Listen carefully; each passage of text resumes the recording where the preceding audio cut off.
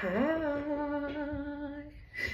So hi guys, I'm just gonna be dodging this light. I don't know if you're gonna see it in the end, but there's this light here and then there's another light there. But well, what can I do? Just listen to the content. I just thought I should do this quick one. This will just be my little pointers towards somebody who is getting ready to go to Samoa, right? I've settled down now. I'm not saying Talofa as much, but I left Samoa now, end of January. I left, so now it's end of March. Oh my gosh, and Samoa is still in me, so it takes a while, I guess, for it to wear off and wash off. Let's see. So if you are going to do your placement or rotation in Samoa, you might be thinking, what do I need to pack? What do I need to prep? So here are my things, and I'm going to keep this video to less than 10 minutes, okay? So first of all, you will want to do all the paperwork that the uni gives you, okay? All of the paperwork. They are so organized. They will send you. Just make sure you keep ticking what you've done. It's not a lot of stuff to do because obviously before you get admitted into the uni, you do all these medicals. So they're always current and the uni has them. So it's not a lot of things you have to do. What did I have to do? Nothing. I didn't have to do any tests, but go through that checklist and make sure that you have all of that. I think the uni does send those medical records on our behalf, those immunization records on our behalf. Yeah. But there's a paperwork that when I got to the up here at the airport, I did not have. So it was in that email because I happened to have been with one of my colleagues in the flight. She had the paperwork, so she saved the day for me. So make sure the paperwork that the uni gives you, make sure you go through it, okay? You have it. And I'm gonna out. That's it. What else? 2 days before I left, or two days or 1 day, I went to see my doctor, and then he's like, you should have come to see me maybe 2 weeks before. I think because obviously there's all these travel sites for the doctors, even in their system, to see which country you're going to and which medicals you need to do. But really, I think we were kind of worried about malaria, blah, blah, blah. I haven't heard of a case. Well, malaria is not a pandemic in Samoa. So yes, there's mosquitoes, but probably the toothless ones. Yeah, but anyway, don't be like me. Go see your doctor in 2 weeks time to, check you out and see if you have any medical conditions. Obviously, you need to go and make sure that you are stocked up with your medication. Do you have asthma? Make sure you have extra puffers with you. And guess what? I also took some antibiotics.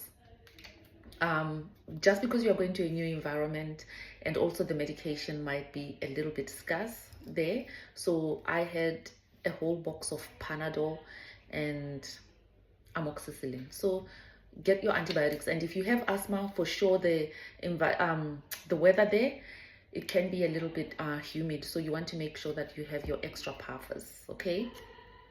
And yeah, check with your doctor. Go to see your doctor 2 weeks before so that you are sorted when it comes to that. You don't want to get to a new place and then you start running around trying to find doctors, right? Food. When I was packing my bags, there were 3 cans of tuna that were just kind of sitting on the shelf. And I know that my husband wouldn't eat the tuna, so it was gonna end up in the bin. I threw them into the bag. I wasn't thinking, but turns out it was the best decision or the non-decision I made, because I don't know, like for me, I'm a fussy eater. Did I just say that? Maybe I lie. I don't know. It really depends on the day, but I do think I am. Yeah. So I need to kind of know my food. I need to have a relationship. We need to establish a relationship first, and then I can start eating you regularly, okay? So yeah, I mean, food is food. You will find the food, but if you are just getting there, you haven't really kind of gone around the markets, you haven't gone around the supermarkets, you still, you will be hungry, and I hate being hungry. So you want to make sure that you've got something, you've got snacks. So I finished those cans of tuna within the first 2 days. They were gone. And I was like, oh, I wish I had brought more. So what I would do next time, I'll take more cans of tuna. I would take baked beans, and I'm particular with the brand of the baked beans, but do you. But yeah, non-perishables I would take a lot of. There would probably be half of my bag, I promise you, which I didn't really do. And chocolates, ooh, fresh chocolate.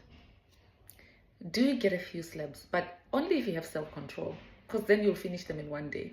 But I remember there was a doctor who had gone on holiday, and she brought these slabs of chocolate. Man, I had never been so happy to see a slab of chocolate. Yeah, so take your snacks, be snackified. Clothes, it's not a cold place, so take lots of dresses. I didn't take lots of dresses, but take lots of dresses, your snacks, your cookies. And they do like Australian made products. You can take maybe for your team when you leave, or when you get there, you can, Anzac biscuits, anything that's, because it's different, so it's nice.